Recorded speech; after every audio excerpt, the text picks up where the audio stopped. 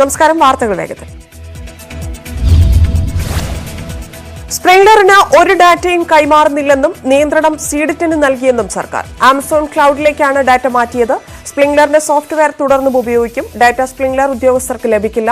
April 20 മുതൽ സീഡിറ്റിനാണ് വിവരശേഖരണത്തിന്റെയും വിശകലനത്തിന്റെയും മേൽനോട്ടമെന്നും ഹൈക്കോടതിയിൽ സമർപ്പിച്ച സത്യവാങ്മൂലത്തിൽ സർക്കാർ പറഞ്ഞു. സ്പ്രിംഗ്ലർ കമ്പനിയെ ഒഴിവാക്കിയ നടപടിയിൽ മുഖ്യമന്ത്രി മാപ്പ് പറയണമെന്ന് UDF കൺവീനർ ബെന്നി ബെഹനാൻ. തന്നിഷ്ടപ്രകാരം പിണറായി വിജയൻ എടുത്ത തീരുമാനമായിരുന്നു ഇതെന്നും ബെന്നി ബെഹനാൻ. മുഖ്യമന്ത്രിയുടെ തീരുമാനത്തിന് മീതെ പരുന്തും പറക്കില്ലെന്ന് VD സതീശൻ MLA. പാർട്ടി വേണ്ടെന്ന് വെച്ചിട്ടും സ്പ്രിംഗ്ലർ കരാറുമായി സർക്കാർ മുന്നോട്ടു പോയതിനെക്കുറിച്ച് CPM അന്വേഷണം നടത്തണം. കോൺഗ്രസ് വാദങ്ങൾ ശരിവെക്കുന്നതാണ് ഇപ്പോഴത്തെ തീരുമാനമെന്നും സതീശൻ. സ്പ്രിംഗ്ലർ ഇടപാടിൽ സർക്കാരിന്റെ മലക്കം മറിച്ചിൽ ദുരൂഹമെന്ന് BJP സംസ്ഥാന പ്രസിഡന്റ് K. സുരേന്ദ്രൻ. ഡാറ്റ 100% സുരക്ഷിതമാണെന്ന് സംസ്ഥാനത്തിന് ഉറപ്പുണ്ടെങ്കിൽ എന്തിനാണ് നശിപ്പിച്ചു കളയാൻ നിർദ്ദേശിച്ചത്? അന്താരാഷ്ട്ര മരുന്ന് കമ്പനികളെ സഹായിക്കാൻ വേണ്ടിയാണ് ഡാറ്റ കൈമാറിയതെന്നും K. സുരേന്ദ്രൻ. LDF സർക്കാരിന്റെ 4 വർഷം കേരളത്തിൽ ദുരിതപർവമാണെന്ന് KPCC പ്രസിഡന്റ് മുല്ലപ്പള്ളി രാമചന്ദ്രൻ. ദുരന്തങ്ങളിൽ പകച്ചുനിന്ന സർക്കാരാണിത്. ഭരിക്കുന്ന കാര്യത്തിലല്ല, പിരിക്കുന്ന കാര്യത്തിലാണ് സർക്കാരിന് താൽപര്യം. സർക്കാരിന്റെ വീഴ്ചകൾ തുറന്നുകാട്ടാനും ചാർജ് വർധനയ്ക്കുമെതിരെ മെയ് 25-ന് കോൺഗ്രസ് പ്രതിഷേധം സംഘടിപ്പിക്കുമെന്നും മുല്ലപ്പള്ളി. ആദ്യദിന സർവീസിൽ KSRTCക്ക് വൻ നഷ്ടം. ശരാശരി ഒരു ബസ്സിൽ യാത്ര ചെയ്തത് 15 യാത്രക്കാർ. 1 കിലോമീറ്റർ നിന്ന് ശരാശരി ലഭിച്ച വരുമാനം 17 രൂപ. ബസ് ഓടിയ ചെലവ് ലഭിക്കണമെങ്കിൽ 25 രൂപ വേണം. ഇന്നലെ സർവീസ് നടത്തിയത് 1338 ബസ്സുകൾ. എല്ലാ കാലത്തും ഇതുപോലെ സർവീസ് നടത്തിക്കൊണ്ടുപോയാൽ വലിയ നഷ്ടമുണ്ടാകുമെന്ന് മന്ത്രി AK ശശീന്ദ്രൻ. 60 ലക്ഷം രൂപയോളം നഷ്ടം ഇതുവരെ ഉണ്ടായി. വരുമാന നഷ്ടത്തോടെയാണ് ഇപ്പോൾ സർവീസ് നടത്തുന്നതെന്നും ഗതാഗത മന്ത്രി. സംസ്ഥാനത്ത് ജില്ലാ കേന്ദ്രങ്ങളിൽ സ്വകാര്യ ബസ്സുകൾ ഓടിത്തുടങ്ങി. സർവീസ് ആരംഭിച്ചത് ഗതാഗത മന്ത്രിയുമായി ചർച്ച നടത്തിയ ശേഷം. ഇപ്പോൾ ഓടുന്നത് ചുരുക്കം ബസ്സുകൾ മാത്രം. കോഴിക്കോട് ജില്ലയിൽ സ്വകാര്യ ബസ്സുകൾക്ക് നേരെ വ്യാപക ആക്രമണം. അക്രമികൾ തകർത്തത് ഇന്നലെ ഓടിയ 5 ബസ്സുകൾ. ബസ് ഉടമകളുടെ സംഘടനയുടെ തീരുമാനത്തിന് വിരുദ്ധമായി സർവീസ് നടത്തിയ ബസ്സുകൾക്ക് നേരെയായിരുന്നു ആക്രമണം. കോഴിക്കോട് സ്വകാര്യ ബസ്സുകൾ തകർത്ത സംഭവം പോലീസ് അന്വേഷിക്കുമെന്ന് ഗതാഗത മന്ത്രി AK ശശീന്ദ്രൻ. സർവീസ് നടത്താൻ താൽപര്യമുള്ള സ്വകാര്യ ബസ്സുകൾക്ക് സംരക്ഷണം നൽകും. സർക്കാർ നിർദ്ദേശം അനുസരിച്ചാണ് ബസ്സുകൾ ഓടുന്നതെന്നും മന്ത്രി. കോവിഡിനൊപ്പം ജീവിക്കാൻ പരിചയപ്പെടണമെന്ന് ആരോഗ്യമന്ത്രി KK ശൈലജ. പ്രതിസന്ധി എന്ന് തീരും എന്ന് പറയാനാകില്ല. കോവിഡ് ടെസ്റ്റിംഗ് ഉപകരണങ്ങൾക്ക് നിലവിൽ ക്ഷാമമില്ല. പരിശോധനാ കിറ്റുകളുടെ മതിയായ സംഭരണം നടത്തിയിട്ടുണ്ട്. രോഗികളുടെ എണ്ണം ക്രമാതീതമായി ഉയർന്നാൽ ക്ഷാമമുണ്ടാകാൻ സാധ്യതയുണ്ടെന്നും ആരോഗ്യമന്ത്രി. രാജ്യത്ത് കോവിഡ് ബാധിതർ പെരുകുന്നു. ഒരു ദിവസത്തിനിടെ 5650 രോഗികൾ. മരണം 3435. ആകെ രോഗബാധിതർ 1,12,000 കടന്നു. മഹാരാഷ്ട്രയിൽ തുടർച്ചയായ 4ാം ദിവസവും കോവിഡ് കേസുകൾ 2000 കടന്നു. പുതിയതായി 2250 പേർ രോഗബാധിതർ. 65 പേർ കൂടി മരിച്ചതോടെ ആകെ മരണം 1390 ഇതുവരെ സംസ്ഥാനത്ത് രോഗം സ്ഥിരീകരിച്ചത് 39,297 പേർ. മുംബൈയിൽ കോവിഡ് കേസുകൾ 1.5 ലക്ഷത്തിലേക്ക്. നിലവിൽ 24,218 പേർ രോഗബാധിതരാണ്. മഹാരാഷ്ട്രയിൽ പുതിയതായി സ്ഥിരീകരിച്ച കേസുകളിൽ ഭൂരിഭാഗവും മുംബൈ നഗരത്തിലാണ്. 841 പേർ മരിച്ചു. ചേരി പ്രദേശമായ ധാരാവിയിലും കേസുകൾ കൂടുന്നു. ഉത്തർപ്രദേശിൽ കോവിഡ് രോഗബാധിതർ 5175. 127 പേർക്ക് ജീവൻ നഷ്ടമായി. സംസ്ഥാനത്ത് തിരികെ എത്തിയ അതിഥി തൊഴിലാളികളിൽ 100-ലധികം പേർക്കും രോഗം. 3000-ലധികം പേർക്ക് രോഗം ഭേദമായി. ഇനി ചികിത്സയിലുള്ളത് 1982 പേർ. തമിഴ്നാട്ടിൽ കോവിഡ് ബാധിതർ 13,000 കടന്നു. 3 പേർ കൂടി മരിച്ചതോടെ മരണസംഖ്യ 87 743 പേർക്ക് പുതിയതായി രോഗം സ്ഥിരീകരിച്ചു. 557 കേസുകളും ചെന്നൈയിലാണ്.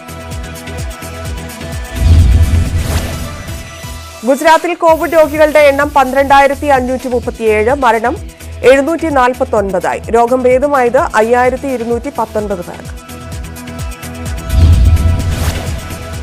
റെയിൽവേ സ്റ്റേഷനുകളിലെ ഭക്ഷണശാലകൾ തുറക്കാൻ അനുമതി. ഭക്ഷണം പാർസലായി നൽകാം. എന്നാൽ ഭക്ഷണശാലകളിൽ ഇരുന്ന് കഴിക്കാൻ അനുവാദമില്ല. റെയിൽവേ സ്റ്റേഷനിലെ ബുക്ക് സ്റ്റാളുകൾ, മെഡിക്കൽ ഷോപ്പുകൾ തുടങ്ങിയവയും തുറക്കാൻ അനുമതി. രാജ്യത്ത് ആഭ്യന്തര വിമാന സർവീസുകൾ ആരംഭിക്കുന്നതിനും മാർഗരേഖയായി. വിമാനത്താവള അതോറിറ്റി പുറത്തിറക്കിയിട്ടുള്ളത് സാമൂഹിക അകലം പാലിക്കുന്നതടക്കമുള്ള നിർദ്ദേശങ്ങൾ. 14 വയസ്സിന് മുകളിലുള്ള യാത്രക്കാർക്ക് ആരോഗ്യ സേതു ആപ്ലിക്കേഷൻ നിർബന്ധം. 2 മണിക്കൂർ മുൻപ് യാത്രക്കാർ എത്തണമെന്ന് വിമാനത്താവള അതോറിറ്റി. യാത്രക്കാർ ഗ്ലൌസും മാസ്കും ധരിക്കണം. ട്രോളികളുടെ ഉപയോഗം നിരുത്സാഹപ്പെടുത്തും. ലഗേജുകൾ അണുനശീകരണത്തിന് ശേഷമേ വിട്ടുനൽകൂ. വിദേശത്തുള്ള എല്ലാ ഇന്ത്യക്കാരെയും മടക്കി കൊണ്ടുവരികയല്ല വന്ദേ ഭാരത് മിഷൻ കൊണ്ട് ഉദ്ദേശിക്കുന്നതെന്ന് വ്യോമയാന മന്ത്രി ഹർദീപ് സിംഗ് പുരി. വിവിധ രാജ്യങ്ങളിൽ കുടുങ്ങിപ്പോയവരെയും അത്യാവശ്യക്കാരെയുമാണ് കൊണ്ടുവരുന്നത്. ഇതുവരെ 20,000 പേരെ മടക്കി കൊണ്ടുവന്നതായും കേന്ദ്രമന്ത്രി. 60ന്റെ നിറവിൽ മോഹൻലാൽ. നടന വിസ്മയത്തിന് ആശംസകളുമായി കേരളം. പിറന്നാൾ ദിനത്തിൽ ന്യൂസ് 18 പ്രേക്ഷകർക്കൊപ്പം ചേർന്ന് മോഹൻലാൽ. ഇക്കാലം അത്രയും ഒപ്പം നടന്ന എല്ലാവർക്കും നന്ദി പറഞ്ഞു. ആരോടും പരിഭവമില്ലെന്നും മോഹൻലാൽ. ഈ ഒരു അവസരത്തിൽ മാത്രമല്ല, എപ്പോഴും നമ്മൾ പറയുന്ന ഈ കരുതലിന്, ഈ സ്നേഹത്തിന്, ഈ പ്രാർത്ഥനയ്ക്ക് ഒരുപാട് നന്ദി. അത് എന്നും ഉണ്ടാകട്ടെ.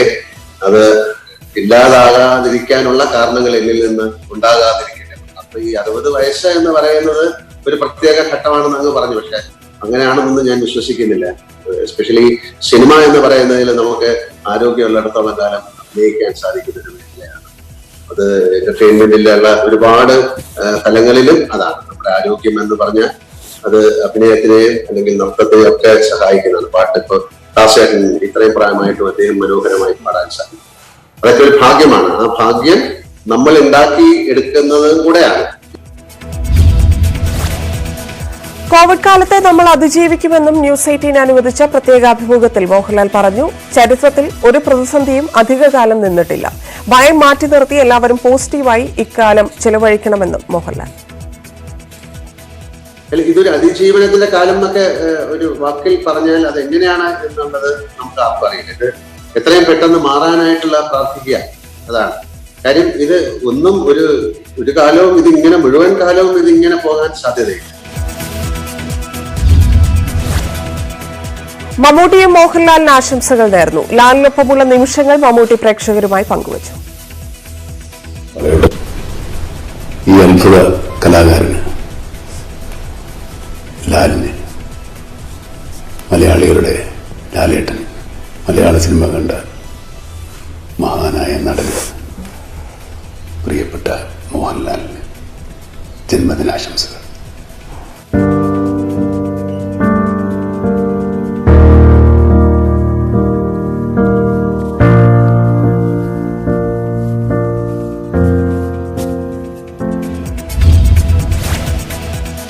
മോഹൻലാലിന് ആശംസകൾ നേർന്ന് മുഖ്യമന്ത്രി പിണറായി വിജയൻ. അഭിനയകലയിൽ മോഹൻലാലിന് കൂടുതൽ ഉയരങ്ങളിലെത്താൻ സാധിക്കട്ടെ എന്ന് മുഖ്യമന്ത്രി. ഭാവം കൊണ്ടും രൂപം കൊണ്ടും ശബ്ദം കൊണ്ടും മോഹൻലാൽ കഥാപാത്രങ്ങൾ മനസ്സിൽ നിറഞ്ഞു നിൽക്കും. ഈ അസാധാരണത്വമാണ് മോഹൻലാലിന്റെ മലയാളത്തിന്റെ പ്രിയപ്പെട്ട നടനാക്കുന്നതെന്നും മുഖ്യമന്ത്രി. മുഖ്യമന്ത്രിയുടെ ദുരിതാശ്വാസ നിധിയിലേക്ക് മോഹൻലാൽ 50 ലക്ഷം രൂപ നൽകിയതായും മുഖ്യമന്ത്രി പിണറായി വിജയൻ. പ്രളയകാലത്തും ഇതേ നിലയിൽ സഹായം എത്തിക്കാനും അദ്ദേഹം തയ്യാറായി. ആപത്ഘട്ടങ്ങളിൽ സഹജീവികളെ എല്ലാ രീതിയിലും മോഹൻലാൽ സഹായിക്കുന്നുണ്ടെന്നും മുഖ്യമന്ത്രി. ബംഗാളിലും ഒഡീഷയിലും കനത്ത നാശം വിതച്ച് ഉംപുൻ ചുഴലിക്കാറ്റ്. ഇതിനകം മരിച്ചത് 17 പേർ. 10,000-ഓളം വീടുകൾ തകർന്നു. ഇന്ന് രാവിലെയോടെ ദുർബലമായ ചുഴലിക്കാറ്റ് ബംഗ്ലാദേശിലേക്ക് മാറി. ബംഗാളിൽ മാത്രം 5000-ഓളം വീട് തകർന്നു. റോഡ്, റെയിൽ ഗതാഗതം പൂർണ്ണമായും നിശ്ചലമായി. നിരവധി വീടുകൾ തകർന്നു. കൃഷിയിടങ്ങളിലും കനത്ത നാശം. കിഴക്കൻ തീരത്തെ ജീവിതം സാധാരണ നിലയിലെത്താൻ ഏറെ സമയമെടുക്കും. ബംഗാളിന്റെയും ഒഡീഷയുടെയും തീര ജില്ലകളിൽ ചുഴലിക്കാറ്റ് വരുത്തിയത് വൻ നാശനഷ്ടമാണ്. നോർത്ത്, സൌത്ത് പർഗാനസ് ജില്ലകളിൽ പ്രതീക്ഷിച്ചതിലും വലിയ കെടുതി. കൊൽക്കത്തയിലെ താഴ്ന്ന പ്രദേശങ്ങൾ വെള്ളത്തിനടിയിൽ. ശക്തമായ ചുഴലിക്കാറ്റിൽ ബംഗാൾ വിമാനത്താവളത്തിന് കേടുപാടുകൾ. വിമാനത്താവളത്തിലേക്ക് വെള്ളം കയറി. ഇതേ തുടർന്ന് പ്രവർത്തനങ്ങളെല്ലാം താൽക്കാലികമായി നിർത്തിവച്ചു.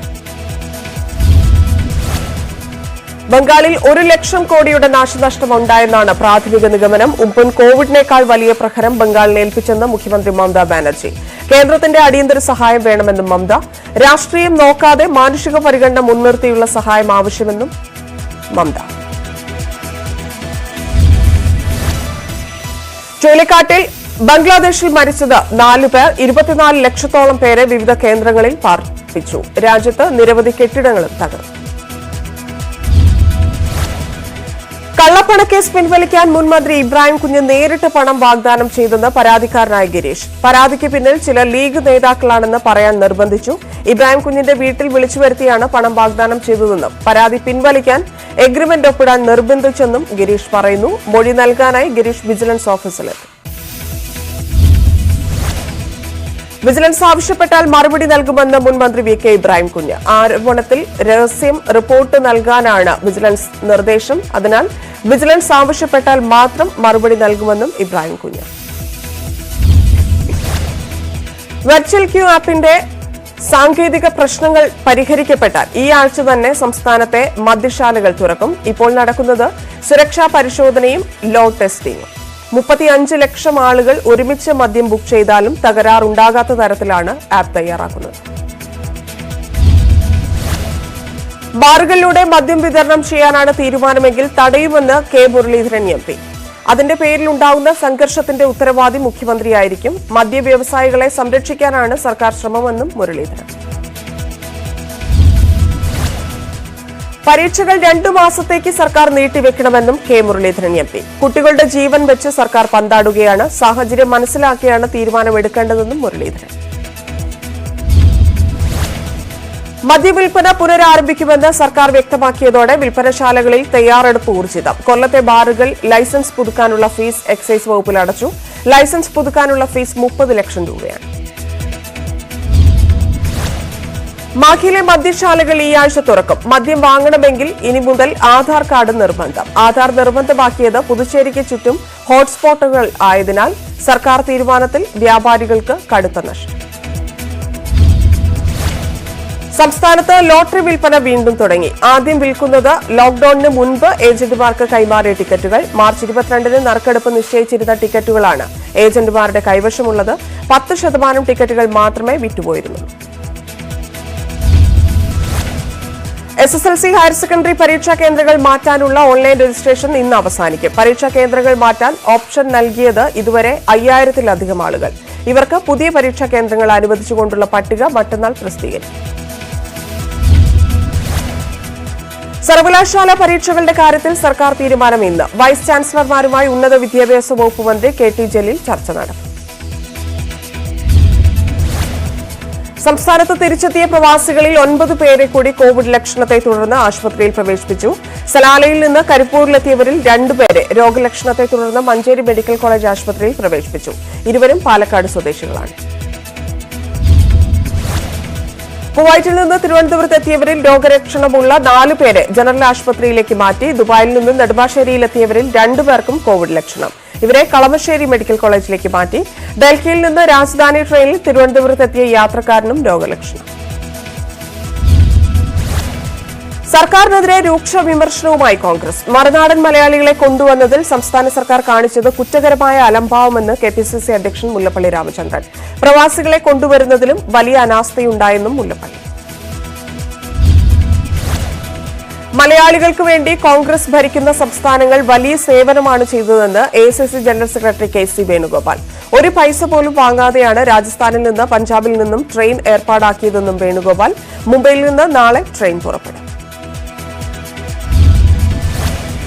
സർക്കാർ പ്രവർത്തനങ്ങളിൽ PR വർക്ക് നടക്കുന്നതായി BJP സംസ്ഥാന പ്രസിഡന്റ് K. സുരേന്ദ്രൻ. PR പ്രചാരണം നടത്തിയത് വ്യക്തമായ ഗൂഢാലോചനയാണ്. കേരളത്തിൽ നിന്നുള്ള ഒരാളും പശ്ചിമബംഗാൾ ആസ്ഥാനമായ ഒരാളുമാണ് അന്താരാഷ്ട്ര മാധ്യമങ്ങളിൽ കേരളത്തെക്കുറിച്ചുള്ള വാർത്തകൾ നൽകുന്നതെന്നും K. സുരേന്ദ്രൻ.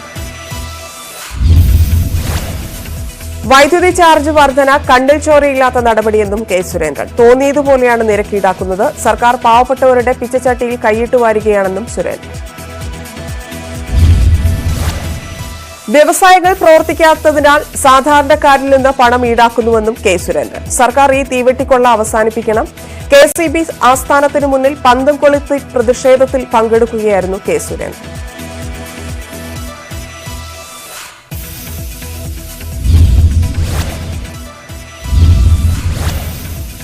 ജനശതാബ്ദി ട്രെയിൻ സർവീസുകൾക്ക് അനുമതി. ജൂൺ 1 മുതൽ ജനശതാബ്ദി സർവീസ് നടത്തും. കോഴിക്കോട്, തിരുവനന്തപുരം, കണ്ണൂർ, തിരുവനന്തപുരം സർവീസുകൾക്ക് അനുമതി. 3 ദീർഘദൂര ട്രെയിനുകളും കേരളത്തിലേക്ക് സർവീസ് നടത്തും. ബുക്കിംഗ് ആരംഭിച്ചു.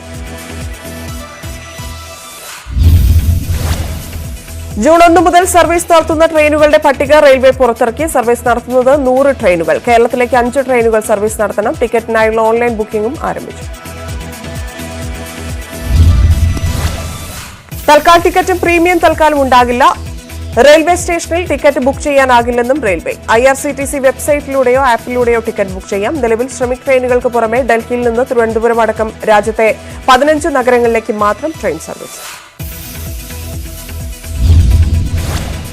രാജസ്ഥാനിൽ കുടുങ്ങിയ മലയാളികൾക്കായി ട്രെയിൻ സർവീസ്. ജയ്പൂരിൽ നിന്ന് സർവീസ് തുടങ്ങിയ പ്രത്യേക ട്രെയിൻ നാളെ തിരുവനന്തപുരത്തെത്തും. സർവീസ് അനുവദിച്ചത് all India Malayali association, Rajasthan ഘടകം അടക്കമുള്ള സംഘടനകളുടെ ഇടപെടലിനെ തുടർന്ന്. കഴിഞ്ഞ 24 മണിക്കൂറിനിടെ കോവിഡ് രോഗികളുടെ എണ്ണത്തിൽ റെക്കോർഡ് വർധന. 1,06,000-ലധികം കേസുകളാണ് ലോകത്ത് റിപ്പോർട്ട് ചെയ്തത്. ലോകത്താകെ കോവിഡ് ബാധിതർ 50,82,000, മരണം 3,29,000-ലും ഏറെ. അമേരിക്കയിൽ മാത്രം 24 മണിക്കൂറിൽ രോഗം മൂലം മരിച്ചത് 1,561 പേർ. 21,000 പേർക്കാണ് പുതിയതായി രോഗബാധ. ആകെ രോഗബാധിതർ 15,92,000-ലേക്കും മരണം 95,000-ലേക്കും കടക്കുകയാണ്. അമേരിക്കയിൽ കൂടുതൽ രോഗികൾ ന്യൂയോർക്കിലാണ്. 3,63,517 രോഗികൾ. മരണം 28,816. രോഗവ്യാപന തോത് ഉയരുമ്പോഴും നിയന്ത്രണങ്ങളിൽ ഇളവ് വരുത്താൻ ഒരുങ്ങിയ അമേരിക്ക. 50 സംസ്ഥാനങ്ങളിൽ 2 മാസത്തിന് ശേഷം കഴിഞ്ഞ ദിവസം സ്ഥാപനങ്ങൾ തുറന്നു. റെസ്റ്റോറന്റുകളും ചെറുകിട സ്ഥാപനങ്ങളുമാണ് തുറന്നത്. 50 സംസ്ഥാനങ്ങളിലെ സ്ഥിതിഗതികൾ സാധാരണ നിലയിലേക്കെന്ന് ഔദ്യോഗിക സ്ഥിരീകരണം. കോവിഡ് രോഗബാധിതരുടെ എണ്ണത്തിൽ യൂറോപ്യൻ രാജ്യങ്ങളെ മറികടന്ന് ബ്രസീൽ. റഷ്യയ്ക്ക് പിന്നാലെ 3-ാം സ്ഥാനത്താണ് ബ്രസീൽ. റഷ്യയിൽ രോഗികൾ 3,08,000 കടന്നു. ബ്രസീലിൽ 2,93,000-വും മരണസംഖ്യ 19,000-അടുത്തുമാണ്. 21,000-ലധികം പേർക്കാണ് ബ്രസീലിൽ പുതിയതായി രോഗബാധ. കോവിഡ് വ്യാപനത്തെ തുടർന്ന് ബ്രസീൽ സ്വദേശികൾക്ക് വിലക്ക് ഏർപ്പെടുത്താൻ ഒരുങ്ങി അമേരിക്ക. ശക്തമായ തീരുമാനം വേണ്ടിവരുമെന്ന് പ്രസിഡന്റ് ഡൊണാൾഡ് ട്രംപ്. ബ്രസീലിലെ ജനങ്ങൾ ഇവിടേക്ക് വന്ന് രോഗം പരത്തണമെന്ന് ആഗ്രഹിക്കുന്നില്ല. എന്നാൽ സാധ്യമായ സഹായം അമേരിക്ക ചെയ്യുമെന്നും ട്രംപ്.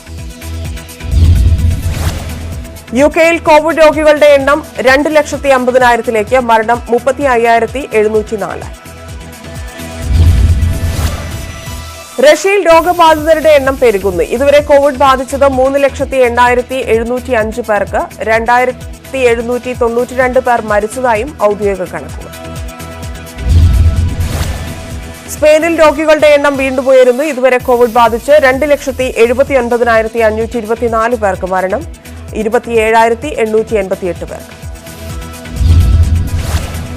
സ്പെയിനിൽ ലോക്ഡൌൺ നീട്ടിയതിനെതിരെ പ്രതിഷേധം. മാഡ്രിഡിലെ തെരുവുകളിൽ സ്വാതന്ത്ര്യം ആവശ്യപ്പെട്ട് പ്രതിഷേധക്കാർ രംഗത്തെത്തി. പ്രധാനമന്ത്രി പെഡ്രോ സാഞ്ചസിന്റെ രാജി ആവശ്യപ്പെട്ടാണ് പ്രതിഷേധം. മെക്സിക്കോയിൽ കോവിഡ് മരണനിരക്ക് കുതിച്ചുയരുന്നു. ഇന്ന് മാത്രം മരിച്ചത് 424 പേർ. ഇതോടെ മരണസംഖ്യ 6,090-ആയി. പുതിയതായി രോഗം സ്ഥിരീകരിച്ചത് 2,248 പേർക്ക്.